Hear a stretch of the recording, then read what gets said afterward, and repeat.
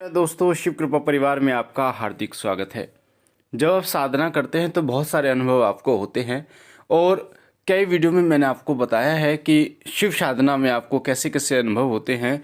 माता दुर्गा की जब आप साधना करते हैं तो आपको कैसे कैसे अनुभव होते हैं।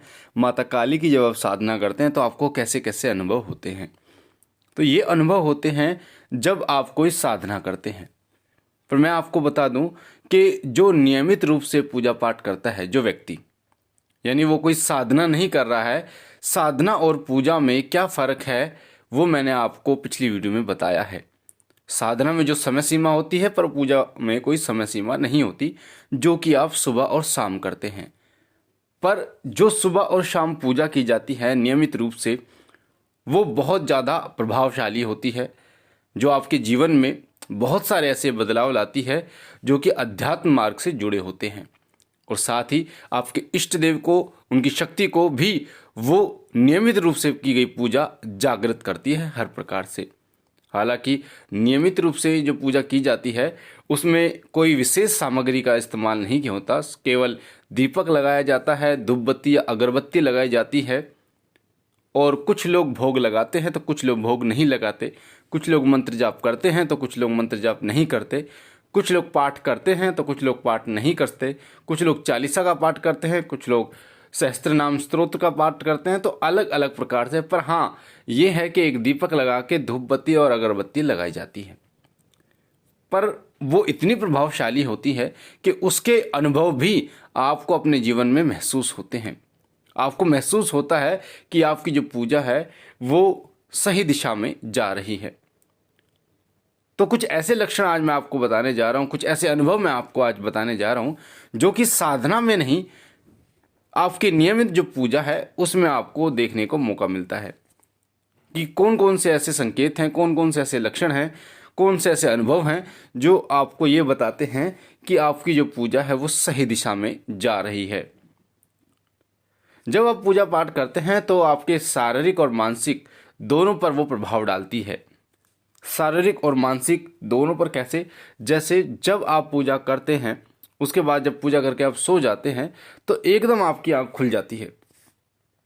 कभी कभार आपने देखा होगा सोते सोते एकदम आपकी आंख खुलती है और घड़ी में जब आप समय देखते हैं तो 3 से आगे का समय होता है, यानी कि ऐसा नहीं है कि 12 बजे, 1 बजे, 2 बजे आपकी आंख खुलती हैं। वो समय होता है 3, साढ़े 3, 4, 5, साढ़े 5, इस तरीके का समय होता है। तो ये जो समय होता है ये बहुत शुभ समय होता है जो आपको बताता है कि आपकी पूजा सही दिशा में जा रही है। ऐसे आंख खुलने का मतलब होता है क्योंकि इस समय पे जो शक्तियां होती हैं वो आकर्षित होती हैं पृथ्वीलोक की तरफ, और जिन लोगों ने पूजा पाठ की है, जिनके अंदर उनके इष्ट देव की तरंग है, वो उससे मिलती है, यानी कि उनकी तरफ आकर्षित होती है, जिससे उनकी आंखें खुल जाती हैं। कभी कभार जब आप पूजा पाठ करते हैं तो आपको ऐसा महसूस होता है कि आपके आसपास कोई है। आपको ऐसा महसूस होता कभी कभी कि आपके जो इष्ट देव हैं वो आपके आसपास हैं, और जब आप घूम के देखते हैं तो आपको कुछ दिखाई नहीं देता। आपको एक मनमोहक सुगंध जो है वो आनी शुरू हो जाती है जब आप पूजा करते हैं। आपको आवाज़ लगती है, आपको ऐसा लगता है कि कोई मुझे पुकार रहा है और बार बार मुझे पुकार रहा है, और आपको स्वप्न के माध्यम से भी आपको ऐसा महसूस होता है। उसी तरीके से जब आप नियमित रूप से पूजा पाठ करते रहते हैं तो आपके पितृ भी आपको किसी न किसी रूप में दिखाई देते हैं। कई बार आपको ऐसा लगता है कि मेरे पितृ के रूप में जो आपके इष्ट देव हैं वो आपको दिखाई दे रहे हैं और आपको आशीष दे रहे हैं। तो कई बार आपके पितृ प्रसन्न होकर आपको आशीष देते हैं। कई बार ऐसा होता है कि आप जब पूजा करते हैं इष्ट देव की और इष्ट देव को भोग लगाते हैं पर आप पितरों को भोग नहीं लगाते, तो उस अवस्था में आपके पितृ आपको इस रूप में दिखाई दे सकते हैं कि वो आपके घर के बाहर खड़े हों, या वो घर के बाहर खड़े होकर आपसे भिक्षा मांग रहे हों, या आपके घर के अंदर आकर आपको जगाकर ये बोल रहे हो कि हम भूखे हैं। तो उस समय भी आपको ये महसूस हो जाता है कि कहीं ना कहीं आपको अपने पितरों को भी भोग लगाना चाहिए, क्योंकि हमारे पितृ जो हैं वो हमारे घर के सबसे पहले पूजनीय होते हैं। अपने इष्ट देव से भोग लगाने से पहले, उनकी सेवा करने से पहले अपने पितरों की पूजा, अपने पितरों के भोग जरूर लगाना चाहिए। अगर आप पितरों को भोग लगाते हैं तो आपके इष्ट जो है वो प्रसन्न हो जाते हैं। कभी आपको ऐसा महसूस होता है कि आप जब पूजा करते हैं, आपको पूजा करते करते 15-1 मिनट हो जाते हैं, 10 मिनट हो जाते हैं, तो आपको अचानक से रोना आना शुरू हो जाता है।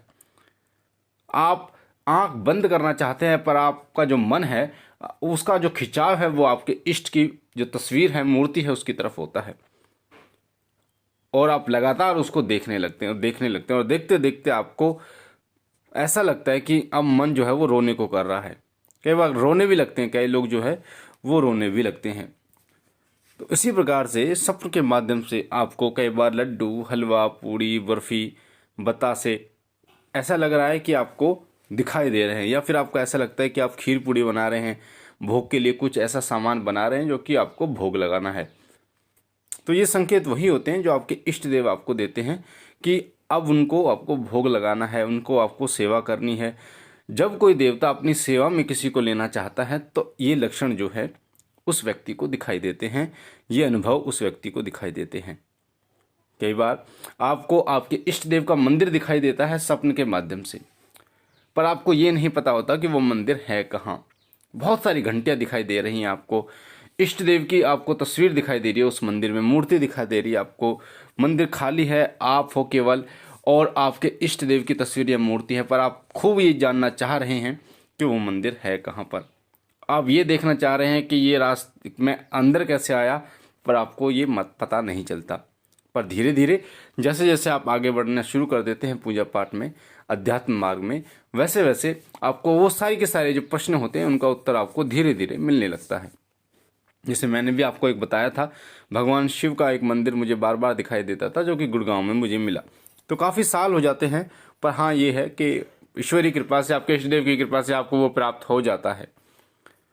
सांसारिक चीज़ों को कई बार आप देखते हो, सांसारिक चीज़ों को देखकर आपको ऐसा लगता है कि यार मुझे भी ऐसा होना चाहिए, जैसा समाज कर रहा है मुझे भी ऐसा करना चाहिए, जैसा समाज पहन रहा है मुझे भी वो पहनना चाहिए। पर धीरे धीरे जब आपको इस तरीके की सोच आती है तो आपके अंदर से कोई खींचता है आपको ऐसा महसूस होता है कि यार नहीं, ऐसा नहीं, मुझे ईश्वरीय भक्ति में ही लगना चाहिए, मुझे प्रभु की भक्ति में ही लगना चाहिए। ये सब दिखावा है जो कि इस शारीरिक तौर पर है, और जो सच्चाई है, इस दुनिया की सच्चाई वही है कि मोक्ष की प्राप्ति, ईश्वरीय भक्ति। तो आपको कोई ऐसा लगता है कि खींच रहा है अंदर से, कोई आपको उस कार्य को करने से मना करता है जिस कार्य में आपकी कोई भलाई ही नहीं है, या जो कार्य आपके अनुकूल नहीं है उस कार्य से आपको खींचने की कोशिश करता है। तो ये जो कारण है, ये जो संकेत, ये जो अनुभव है, ये आपको उस समय पर दिखते हैं जिस समय पर आपकी पूजा, आपकी भक्ति ईश्वरीय तक पहुंच रही है, आपके इष्ट देव तक पहुंच रही है।